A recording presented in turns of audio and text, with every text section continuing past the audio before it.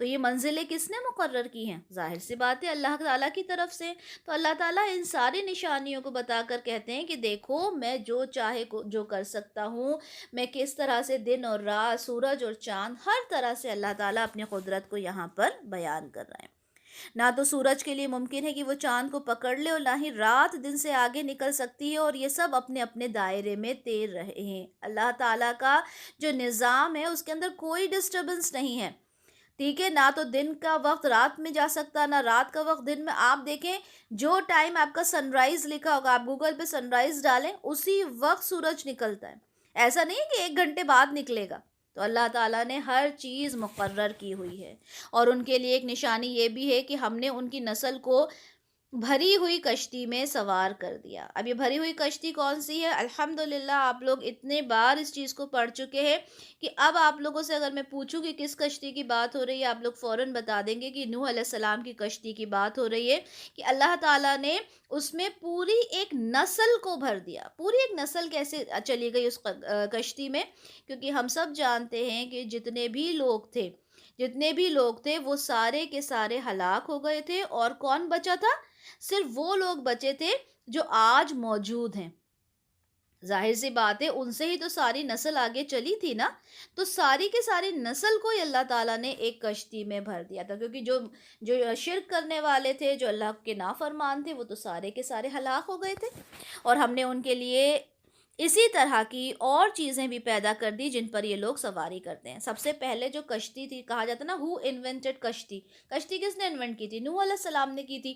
تو وہ تو سب سے پہلی ایک سواری تھی، لیکن اس کے بعد اللہ تعالیٰ نے ایسے بہت ساری سواریاں ہمارے لیے آج بنائی ہیں جس پر ہم سفر کرتے ہیں، اور اگر ہم چاہیں تو انہیں غرق کر دیں، پھر نہ تو ان کا کوئی فریاد رس ہوگا اور نہ ہی وہ چھڑائے جائیں گے۔ دیکھیں اللہ تعالیٰ کے ہاتھ میں جو ہم سواری کرتے ہیں، اگر ہم بات کریں، ہم سواری کرتے ہیں، ہم ٹریول کرتے ہیں، ہم شپ میں ٹریول کرتے ہیں، ہم بوٹ میں چلتے ہیں، بلکہ آج کی اگر تاریخ میں دیکھا جائے تو ہم جب پلین میں فلائی کرتے ہیں، آسمان میں کتنا اونچا وہ ہوتا ہے، ٹھیک ہے؟ اور جب اس کے اندر ٹربولنس ہوتا ہے نا، تو ایسا فیل ہوتا ہے کہ اللہ اگر ابھی یہاں سے گر گئے تو ہمارا تو کچھ پتہ بھی نہیں چلے گا، لیکن اللہ تعالیٰ ان ساری چیزوں سے ہمیں نکالتا ہے۔ تو یہ اللہ تعالیٰ کی قدرت ہی تو ہے، غور کرو اللہ تعالیٰ کی قدرت پر۔ مگر یہ ہماری طرف سے رحمت ہے اور فائدہ اٹھانا ہے ایک وقت معین تک کے لیے۔ یہ دیکھا کبھی آپ لوگوں نے غور کیا ایک وقت معین کیوں لفظ آتا ہے اللہ کی طرف سے؟ کیونکہ ہم چاہے کتنی بھی فیسلٹیز کو اویل کر لیں، ایک وقت ایسا آنا ہے جب ہم نے اس دنیا سے جانا ہی جانا ہے۔ آپ کے پاس کروڑوں ہو، آپ کے پاس لگژریز ہو، آپ کے پاس فیسلٹیز کتنی بھی ہو، لیکن موت تو سب کو آنی ہے۔ تو آپ جتنا بھی کچھ اویل کرنا چاہتے ہو وہ ایک وقت معین تک کے لیے، چاہے وہ لگژریز ہوں، چاہے دنیا کی شہرت ہو، عزت ہو، پیسہ ہو، یا پھر ہمارا علم ہو۔ اس علم کو جو ہم حاصل کر رہے ہیں یہ بھی تو ایک وقت معین تک کے لیے ہے، لیکن یہ جو علم ہے یہ ہمارے لیے ہمیشہ کام آنے والا ہے نا؟ تو ہم لوگوں کو اس علم کو حاصل کرنے کے لیے زیادہ سے زیادہ جد و جہد کرنی ہے۔ آیت نمبر 45 میں کیا فرمایا گیا؟ اور جب ان سے کہا جاتا ہے کہ سبق حاصل کرو اس سے جو تمہارے سامنے ہے اور جو تمہارے پیچھے ہے، تاکہ تم پر رحم کیا جائے، اور اور نہیں آتی ان کے پاس کوئی نشانی ان کے رب کی نشانیوں میں سے مگر یہ اس سے اعراض ہی کرتے ہیں۔ اللہ تعالیٰ کیا کہہ رہے ہیں کہ دیکھو جو تمہارے سامنے چیزیں موجود ہیں، اور تم سے پہلے جو نسلیں ہلاک ہو گئیں، جو قومیں برباد ہو گئیں، ان سے کچھ تو سبق حاصل کرو۔ بلکہ میں تو کہتی ہوں آج کے لیے بھی یہ چیز ہے نا، کہ جب ہم قوم سمود، قوم عاد، ان سب کو دیکھتے ہیں، ان کے بارے میں سنتے ہیں، ہم کیا غور و فکر کرتے ہیں؟ ہم نے دیکھا کہ ناپ تول میں کمی کرنے کی وجہ سے اللہ تعالیٰ نے، اور شرک کرنے کی وجہ سے اللہ تعالیٰ نے کہ پوری کی پوری قوموں کو برباد کر دیا۔ ہم کیا سمجھ رہے ہیں؟ سود کے اوپر ہمارے سارے کاروبار چل رہے ہیں، ہم کیا سمجھ رہے ہیں؟ جھوٹ بولنا اتنا عام ہو گیا، ہم کیا سمجھ رہے ہیں؟ نہیں، ہم بس کرے چلے جا رہے ہیں۔ ہم یہ تفسیر سنتے ہیں، ہم لیکچر سنتے ہیں، اس کے بعد ہم واپس اپنی زندگی میں چلے جاتے ہیں۔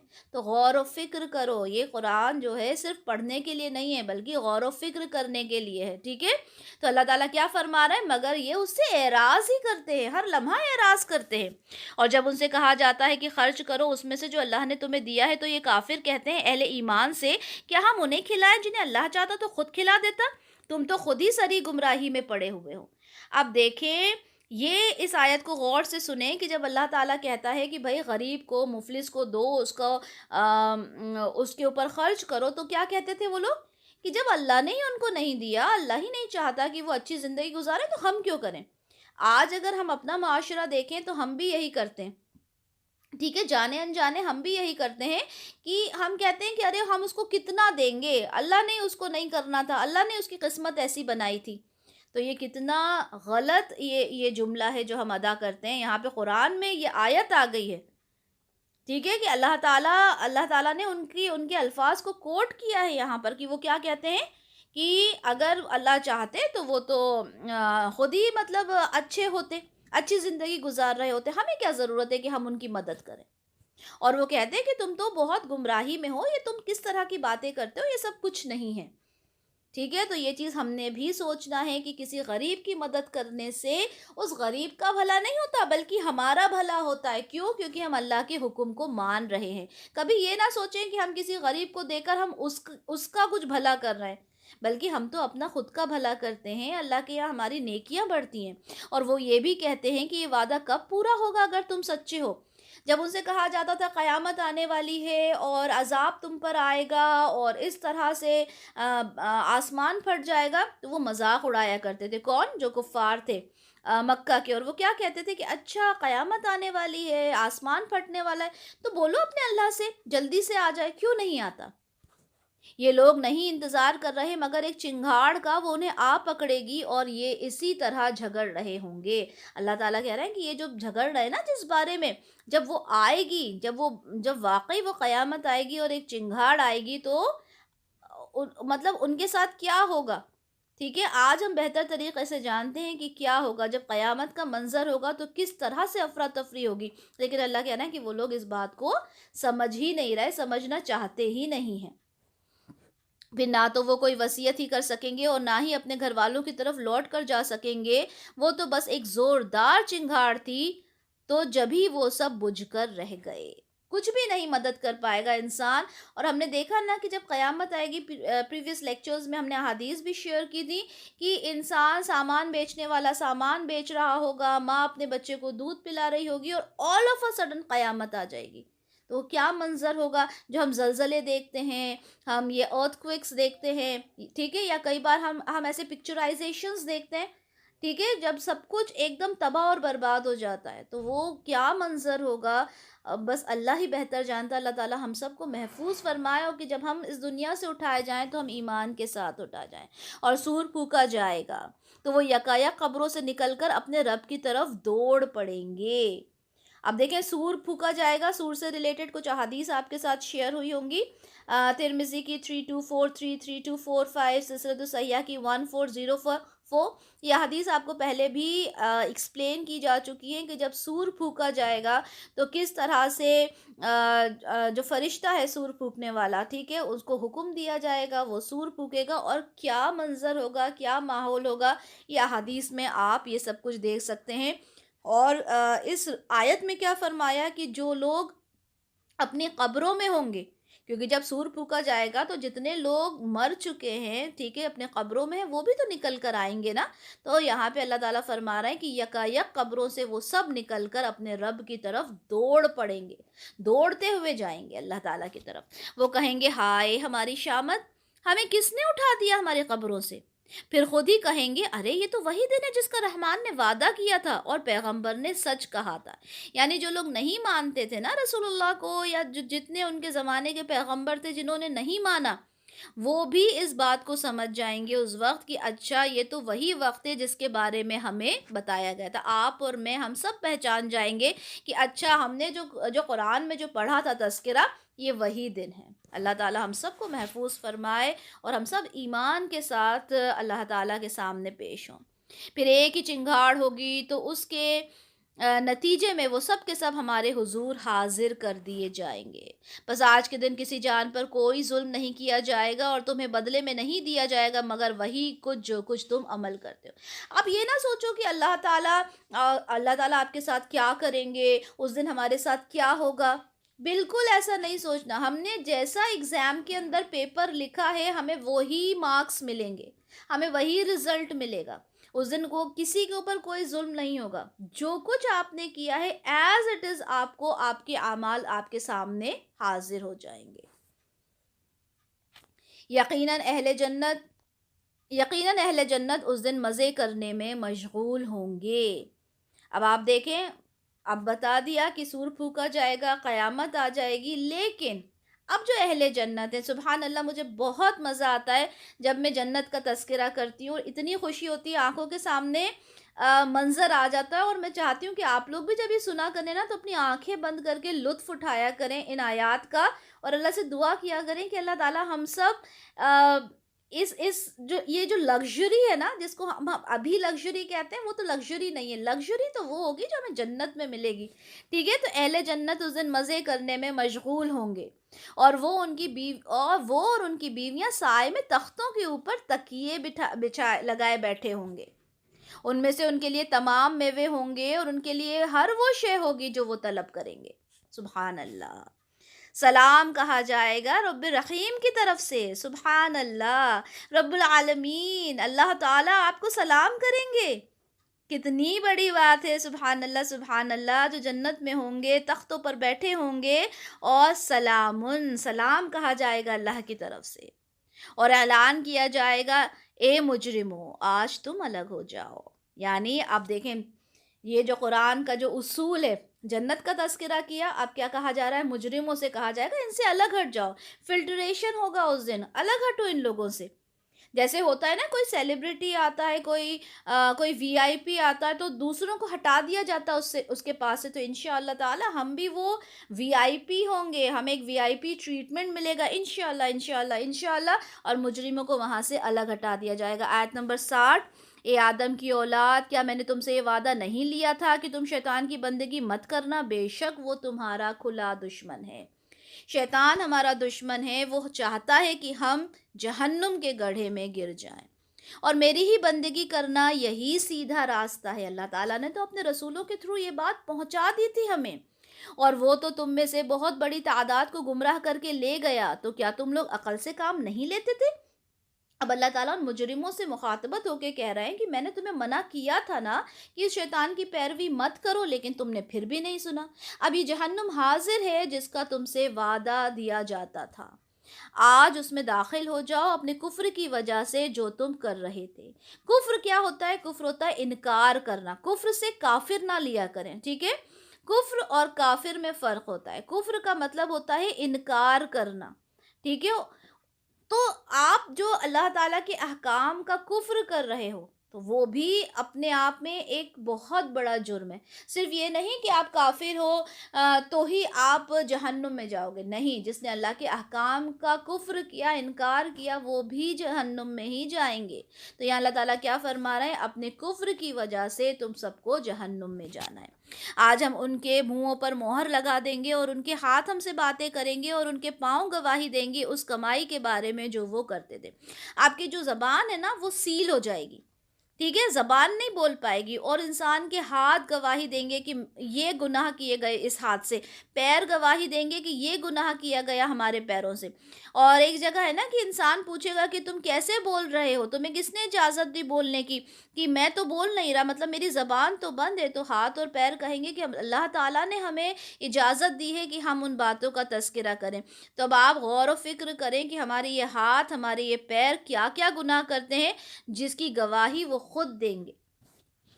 اور اگر ہم چاہیں تو ان کی آنکھیں مٹا دیں، پھر یہ دوڑے راستہ پانے کے لیے، لیکن کہاں دیکھ سکیں گے؟ اللہ تعالیٰ تو کچھ بھی کر سکتے ہیں، اللہ تعالیٰ ان کی بینائی چھین لیں، اور اگر ہم چاہیں تو ان کی صورتیں مسخ کر دیں، اور ان کے مقام پر تو نہ وہ آگے چل سکیں اور نہ وہ پیچھے لوٹ سکیں۔ اللہ تعالیٰ چاہیں تو ان کے منہوں کو مسخ کر دیں گے، اللہ چاہیں تو ان کی بینائی لے لیں گے۔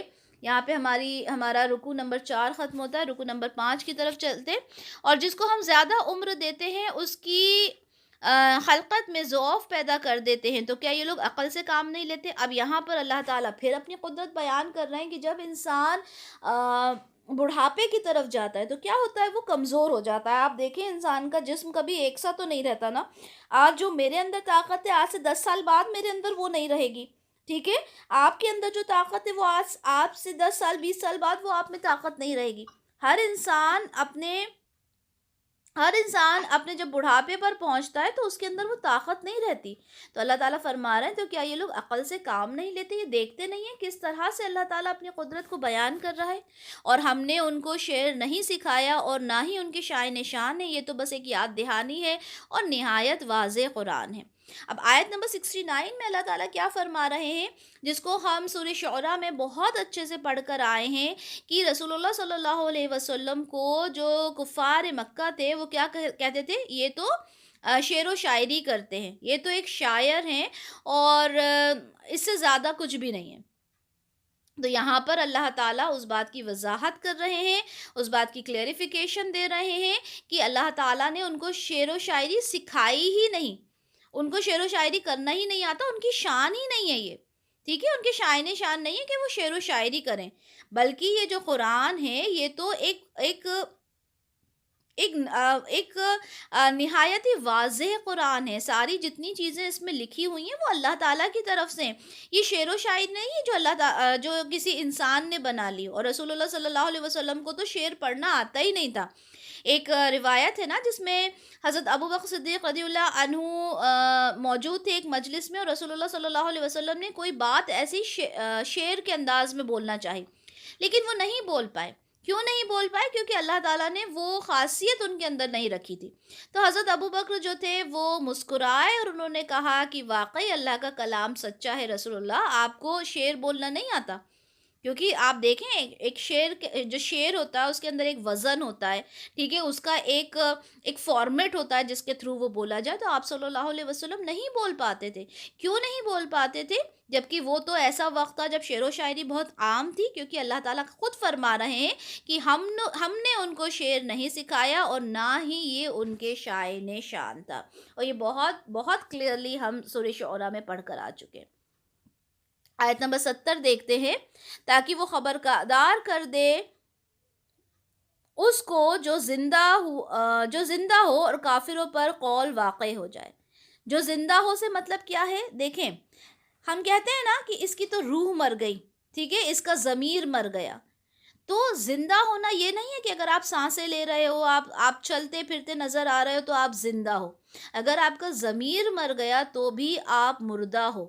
ٹھیک ہے، ہم نے کئی بار قرآن میں یہ چیز پڑھی کہ اللہ تعالیٰ نے کہا کہ وہ تو بالکل مردہ ہیں، ہے نا، وہ کچھ سمجھتے نہیں ہیں. تو یہی چیز اللہ تعالیٰ نے یہاں پہ فرمائی کہ وہ اور خبردار کر دیں اس کو جو زندہ ہو. ٹھیک ہے، یعنی کہ جو واقعی میں جن کا ضمیر زندہ ہے ان کو سمجھا دیں.